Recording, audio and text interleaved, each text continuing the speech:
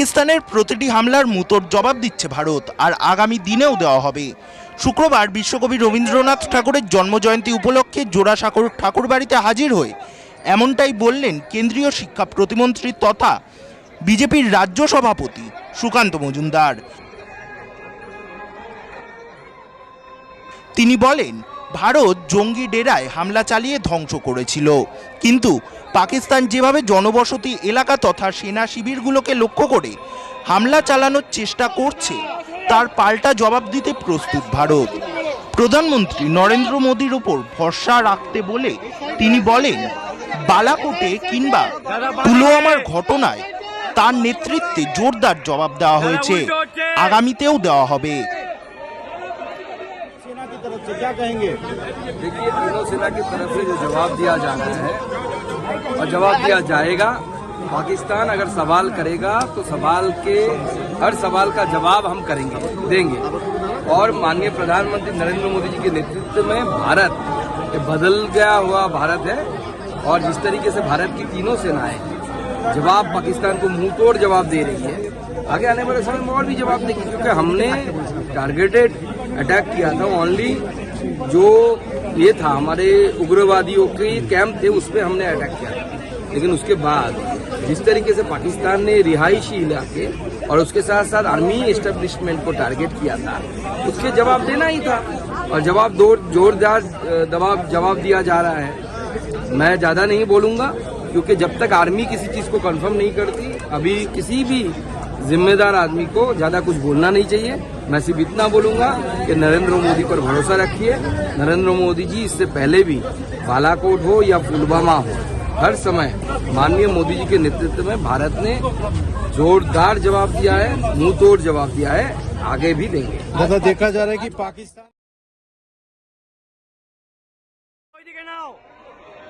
আন্তর্জাতিক সহযোগীদের কাছে পাকিস্তানের আর্থিক সহযোগিতা চাওয়ার প্রসঙ্গে সুকান্ত মজুমদার বলেন, অর্থনৈতিক দেউলিয়া পাকিস্তানের ভাবা দরকার ছিল যুদ্ধ না করার, কিন্তু তারা যুদ্ধ করার মেজাজে আছে। पाकिस्तान की हालत तो भिखारियों जैसा है, उनको चाहिए था कि जंग ना करने का, लेकिन वो जंग करने के मूड में आए हैं। तो देखेंगे, जंग अगर करना है उनको, भारत शांति के पक्षधर है। हमारे शास्त्रों में भी बोला गया है कि अहिंसा परमो धर्म, लेकिन अगर कोई हिंसा चाहे तो उसे हिंसा भी हम दिखा सकते हैं। तो उन्हें वो दूसरा वाला लाइन सुनाना पड़ेगा, अहिंसा परमो धर्मो धर्म हिंसा तथैव च। तो भारत का सरकार का धर्म है कि भारत के नागरिक की सुरक्षा देना, तो उस धर्म को पालन सरकार करेगी। ভারত শান্তির পক্ষে, হিন্দু শাস্ত্র অনুযায়ী অহিংসা পরম ধর্ম, কিন্তু কেউ যদি হিংসা করে তাহলে দেশের নাগরিকদের সুরক্ষার স্বার্থে তার জবাব দিতে হবে। এদিন বিশ্বকবি রবীন্দ্রনাথ ঠাকুরের অবক্ষ মূর্তিতে মাল্যদান করে শ্রদ্ধা নিবেদন করেন সুকান্ত মজুমদার। এরপর বেশ কিছুক্ষণ সময় তিনি ঠাকুর বাড়িতেই কাটান।